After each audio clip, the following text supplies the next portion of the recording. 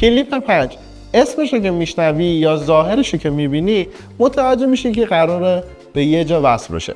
به قول JBL گول ظاهر کوچیکشو نخور. خیلی راحت توی یه دست جا میشه و تقریبا اندازه یک کف دسته.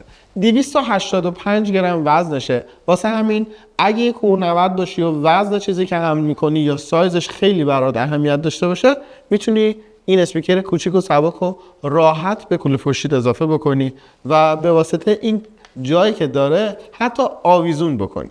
اصلا نگران افتادنش هم نیستی، به خاطر اینکه این قسمت تو خود دل اسپیکر طراحی شده و یه قسمت جداگونه نیست. یه لوگو بزرگ که فرقش فقط با نسل قبلی اینه که لوگو دیگه دو رنگ کار شده، دکمه ها روی پارچه کار شده و این قسمت سیلیکونی دورش همه دور اسپیکر رو نگرفته. اینجا یه تیکه خالی داریم، واسه همین یه ظاهر متفاوتی داریم که جذاب‌ترش میکنه. یه مقدار ظاهر اسپیکر مخروطی شده، یعنی قسمت بالا کوچکتر از قسمت پایینه و از اون حالت بیزی کامل در اومده. شاید شکیل‌ترش کرده باشه، البته به نظر من یه چیز سلیقه‌ایه. دکمه ها روی این قسمت بدنه، یعنی روی همون قسمت سیلیکونی تو یه سمت کار شدن که یه پخی هم اینجا داره که وقتی تو دستتون میگیرید راحت میتونید دکمه ها رو حس کنید و باهاشون کار بکنید.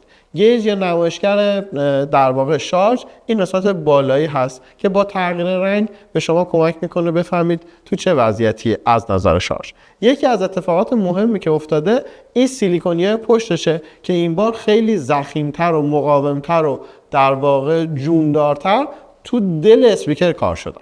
تو نسل قبلی یه باگ بزرگی که وجود داشت، این پارچه رو اومده بودن طراحی کرده بودن، رو اسپیکر کشیده بودن و در نهایت چند تا سیلیکونی نازک روش چسبونده بودن که اونا قرار بود به عنوان پایه عمل کنه و وقتی چند بار شما اسپیکر رو استفاده می‌کردی کم کم می‌دیدی که اون نوارای سیلیکونی در حال جدا شدن. حالا JBL این باگ اومده با این طراحی جدیدش رفع کرده. یه پورت تایپ سی که درپوشی براش وجود نداره، ولی با وجود اینکه بدون درپوشه این اسپیکر در مقابل رطوبت و گرد و غبار مقاومت خوبی داره. IP67 استانداردی که این اسپیکر داره، مثل نسل قبلی که تو این زمینه پیشرفتی نداشته، البته شاید نیازی هم نبوده. دکمه کم و زیاد صدا و پلی و پاز روی این قسمت کار شده. دکمه بلوتوث، آوراکست و خاموش روشن کردن کنار اسپیکر اینجا تعبیه شده. حالا یه نکته‌ای هم هست که خیلی اهمیت داره، اونم این که تو نسل قبلی دکمه آوراکست یا اتصال چند تا اسپیکر کلاً وجود نداشته و این اولین مدل از سری کلیپه که قابلیت اتصال به بقیه اسپیکرها رو داره. نه تنها فقط مدل‌های مثل خودش، بلکه مدل‌های بزرگ حتی پارتی باکس هم بهش متصل میشن. در مجموع طراحی کلیپ 4 اول از همه خیلی کاربردیه و خیلی جاها این قسمتی که قراره به شما کمک کنه برای نگه داشتن یا آویزون کردن اسپیکر به درد بخوره. طراحیش نسبت به نسل قبلی هم یه کوچولو جذاب‌تر شده، باگا یا ضعفایی هم که داشته همونطوری که گفتم رفع شده. یه نکته دیگه هم رنگبندی جذاب این اسپیکره. با ترکیب در واقع متفاوت رنگ‌ها توی دسته و توی بدنه خود اسپیکر یه سری طیف رنگی جذاب JBL معمولا میاد درست میکنه که مخصوص کلیپه. JBL یه حرکت هوشمندانه دیگه هم انجام داده که این مدل محبوب‌تر از قبلی‌ها بشه. اونم اینه که توانش رو افزایش داده. الان کلیپ 5 7.5 وات توانشه و این بار شما از این اسپیکر فسقلی کوچولو صدای بلندتری رو میشنوید که نسبت به نسل قبلی 2.5 وات توان خروجیش بیشتر شده. جز ضرب المثل فلفل نبین چه ریزه بشکن ببین چه تیزه هیچ چیزی به ذهنم نمیرسه. یعنی این ضرب المثل میشد حتی به JBL پیشنهاد داد که تو بنراش استفاده بکنه. این که قدرتش شده 7.5 وات کاملا یه اتاق 40-50 متری مثل استودیوی ما رو میتونه ساپورت کنه.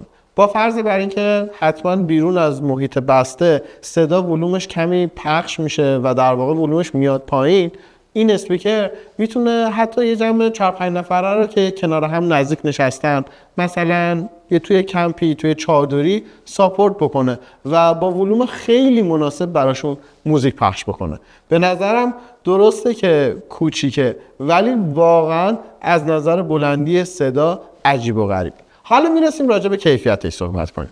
تفکیک صدا با وجود اینکه تک درایور داخلش کار شده و خبری از درایور توییتر و ووفر مجزا نیست و طبیعتاً با یه دونه درایور داره همه کار رو انجام میده، خیلی مناسبه. هم صدای بیس مناسب و قوی داره، هم تفکیک صدای جذابی داره که شما میتونید جزئیات صدا رو خیلی با کیفیت بشنوید. همون صدایی که از JBL انتظار داریم با کلیپ 5 شنیده میشه و تجربه جذابیه. یه نکته هم این که توی نسل قبلی به خاطر کوچیک بودن این پایه‌های سیلیکونی وقتی اسپیکر رو بیز میذاشتید و حد اکثر صدا رو ازش میگرفتید لرزش ایجاد میشد، گاهی وقتا اینطوری حرکت میکرد. توی این نسل به خاطر نوع طراحی این قسمت سیلیکونی و شیارایی که روش انداختن در واقع این به حداقل ممکن رسیده که اینم از حسنای طراحی جدیدشه. حالا بریم سراغ باتریش. برای اینکه پرفروشتر و پرمخاطب باشه این مدل اسپیکر JBL همه کار کرده. حتی راجع به باتریش بازم اومده یه قدم مثبت دیگه برداشته و پلی تایم این فسقلی رو از 10 ساعت رسونده به 12 ساعت. پلی تایمی که واقعا مناسبه با این حجم صدایی که داره، با این توان خروجی و با طولانی کردن این ساعت‌ها یه کاری کرده که مزیت خرید این اسپیکر بالا بره.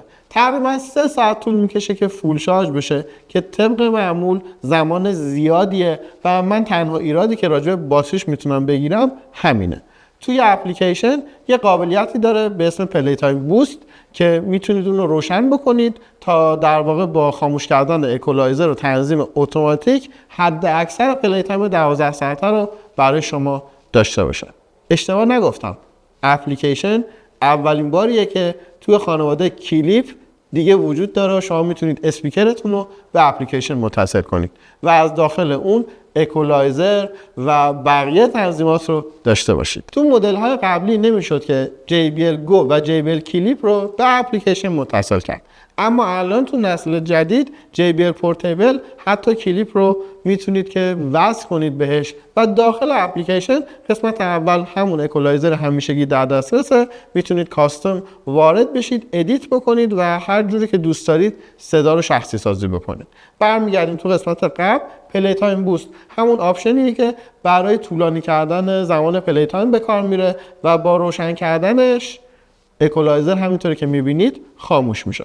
استریو گروپ برای اتصال این اسپیکر به یه مدلی مثل خودشه که تو مدل لفت و رایت میتونید پلی بکنید. غیر از این حالت شما این مدل رو میتونید به همه اسپیکرها وصل بکنید، همونطوری که گفتم حتی به پارتی باکس های سری جدید مثل پارتی باکس 320. با چند تا مثال ببینیم که این قسمت کلیپسیه به چه کاری میاد و کجا میتونید این اسپیکر رو آویزون کنید. اگه چست بگ یا کراس بادی دارید یا از این کیفایی که کج میندازن میتونید به بندش اینو وصل کنید. کوله پشتی هم که دیگه خوراک آویزون کردن کلیپ 5. حالا غیر از این اگه توی مثلا حموم یا استخر یه پایه سایبون یا خود اون پایه دوشو بخواید استفاده کنید میتونید اینو باز کنید و اینطوری کامل بندازید روش. اصلا نگران افتادنش قرار نیست باشید. این یک پارچه توی بدنه و توی طراحیشه، پس کاملا محکم، خبری از شکستن یا آسیب دیدن نیست و قفل خیلی فنری و خوبی هم داره که باز نشه. ولی تو مرور زمان به نظرم استفاده توی خراب شدن این فنره حتما اثر میذاره. بهتره که بی خودی باهاش بازی نکنید. هر بار که خواستید یه جا آویزون بکنید فقط اینو باز و بسته کنید. یکی دیگه از جاهایی که به نظرم خیلی کاربردیه دسته دوچرخه است. حالا چه دوچرخه و تردمیل ثابت تو خونه که بالاخره دسته‌ای دارن یا خود دوچرخه که قراره تو بیرون باش دوچرخه سواری کنیم، اینو راحت میذاری اونجا دوچرخه سواری میکنی و این اسپیکر آهنگو پلی میکنه. از اون جنبندی سخت هاست که باید بگردم یه نکته منفی هم راجع به این پیدا کنم که حتما بگم نگید فقط مثبت گفت. بعضی محصولات ویژگی‌های مثبتشون واقعا زیاده. تقریبا قیمتش الان که 22 اردیبهشت 1403 حدوداً 4 میلیون تومان. یه اسپیکری که ابعاد خیلی مناسبی داره، 280 گرم، خیلی راحت با خودت میتونی هم کنی و به واسطه این کلیپسه همه جا میتونی آویزونش کنی و طراحیش یک پارچه است. صدای بلندتری داره نسبت به نسل‌های قبلی و اصلا به سایزش نمیاد. صدا خیلی با کیفیت و یه اپلیکیشن داره. حالا میتونی به بقیه مدل‌های JBL هم که داری متصلش بکنی. پس اگه با دوستات دور هم جمع شدی و صداش کم آورد، باز نگران نیستی، چون میتونی یه مهمونی رو با وصل کردن یه اسپیکر یا 2 تا اسپیکر دیگه بکنی یه مهمونی خفن. درسته که مدل قبلی حدوداً 2,500,000 تومان بود قیمتش و این 1.5 میلیون گرونتره، ولی با فیلیپ 5 یا 6 اگه مقایسه کنیم خیلی تفاوت صدا دیگه ندارن، با اینکه تفاوت توان خروجیشون زیاده ولی بلندی صداشون اونقدر متفاوت نیست. ویژگی‌های خوب و خفنی هم داره که به نظر من ارزش خریدشو بالا نگه میداره. اگه یک کمی ارزون تر بشه ارزش خریدش خیلی میره بالا و دیگه یکی از بهترین گزینه‌های خرید و بهترین گزینه‌ها حتی برای هدیه دادنه، چون خیلی‌ها دنبال این هستن که یک کالای برند با کیفیت و جذاب و خوشگل که قیمت خیلی بالایی هم نداشته باشه رو بدونن که بتونن به جوونا هدیه بدن. یکی از این گزینه‌ها مطمئناً JBL کلیپ 5 میتونه باشه. تا چند وقت دیگه یه ویدیو مقایسه بین اسپیکرهای مختلف JBL براتون تولید میکنم که حتما اونم ببینید تا اگه قصد خرید داشتید بهتر بتونید در واقع انتخاب بکنید و اطلاعاتتون کامل‌تر بشه. یا با این ویدیو ایلاتلی میشید یا با اون ویدیو مقایسه. شک ندارم که بعد از دیدن ویدیوهای ما به جمع زیاد مخاطبای ما اضافه میشید. دمتون گرم ویدیو رو تا اینجا دیدید. خیلی دوستتون داریم.